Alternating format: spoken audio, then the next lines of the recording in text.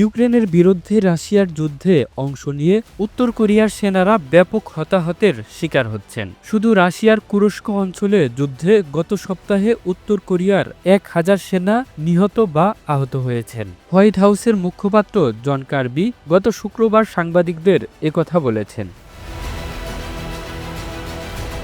রাশিয়ার ইউক্রেন যুদ্ধে উত্তর কোরিয়ার সেনাদের হতাহতের বিষয়ে মার্কিন কর্মকর্তারা আগে যে পরিসংখ্যান দিয়েছেন, জন কার্বির উল্লেখিত সংখ্যাটি তার চেয়ে অনেক বেশি। জন কার্বি বলেন, এটা স্পষ্ট যে রাশিয়া ও উত্তর কোরিয়ার সামরিক নেতারা এই সেনাদের বলিযোগ্য হিসেবে বিবেচনা করছেন। তারা এই সেনাদের ইউক্রেনের প্রতিরক্ষা ব্যুহের বিরুদ্ধে আশাহীন আক্রমণের আদেশ দিচ্ছেন।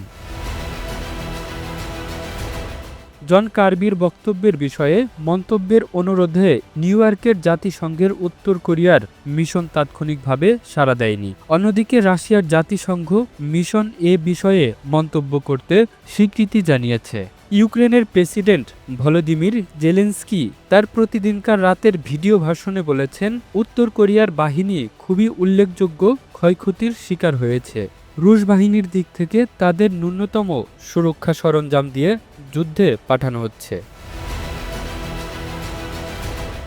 ভলোদিমির জেলেনস্কি বলেন, তারা দেখতে পাচ্ছেন এই উত্তর কোরীয় সেনাদের বেঁচে থাকা নিশ্চিত করার বিষয়ে রুশ সামরিক বাহিনী বা উত্তর কোরিয়ার দেখভালকারীদের কোনো আগ্রহ নেই।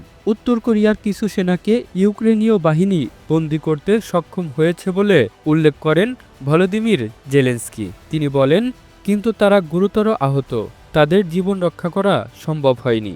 ইউরোপের একটি যুদ্ধে উত্তর কোরিয়াদের প্রাণ হারানো উচিত নয় বলে মন্তব্য করেন ভলোদিমির জেলেনস্কি। তিনি বলেন, চীন যদি এই যুদ্ধের প্রসারণ না করার ব্যাপারে আন্তরিক হয়, তাহলে পিয়ংইয়ংয়ের উপর বেইজিংয়ের যথাযথ চাপ প্রয়োগ করতে হবে। কামরুল ইসলাম, এই ধরা, ইন্টারন্যাশনাল ডেস্ক।